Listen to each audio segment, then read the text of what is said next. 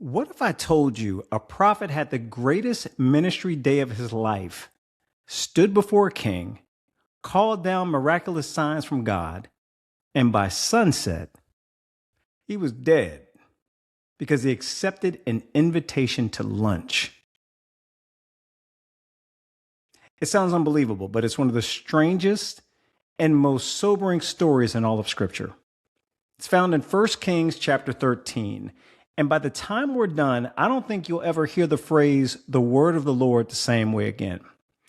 But before we jump into the story, we need to understand the world we're stepping into. Now, Israel has just experienced its greatest era under King Solomon. The temple has been built, the kingdom is wealthy, peace surrounds the nation. We chilling.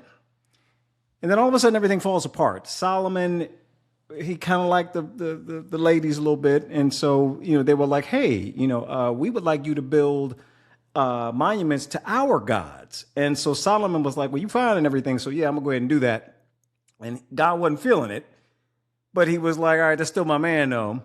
And Solomon dies. And then his son, Rehoboam, takes the throne.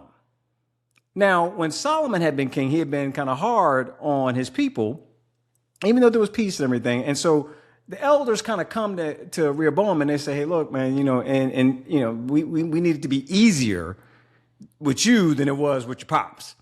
But instead of easing the heavy burdens his father had placed on the people, he decided, hey, I'm going to make these even heavier. And so 10 of the tribes were like, we out, deuces. We don't have to stand for this. And all of a sudden, the kingdom splits into two. To the south is Judah, and this is ruled by David's descendants from Jerusalem, right? To the north is Israel, and this is ruled by a brand new king named Jeroboam. Now, Jeroboam has a problem. God gave him the kingdom, but Jeroboam is like, nah, I don't know. You like David and everything. You said David is your boy and everything, and Solomon is David's son, and then Rehoboam is David's grandson, so I see what you're doing, so I don't trust you. So one of the things that we have to look at is every year, the people are supposed to travel to Jerusalem, where the temple was, to worship at the temple.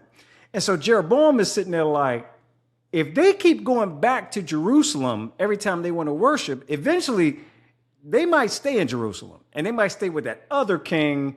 And then I lose the bag. I lose the kingdom that I just got. And I like being king. It's good to be king. And I don't want to lose that. So what am I going to do? So instead of trusting God, he invents an entirely new religion.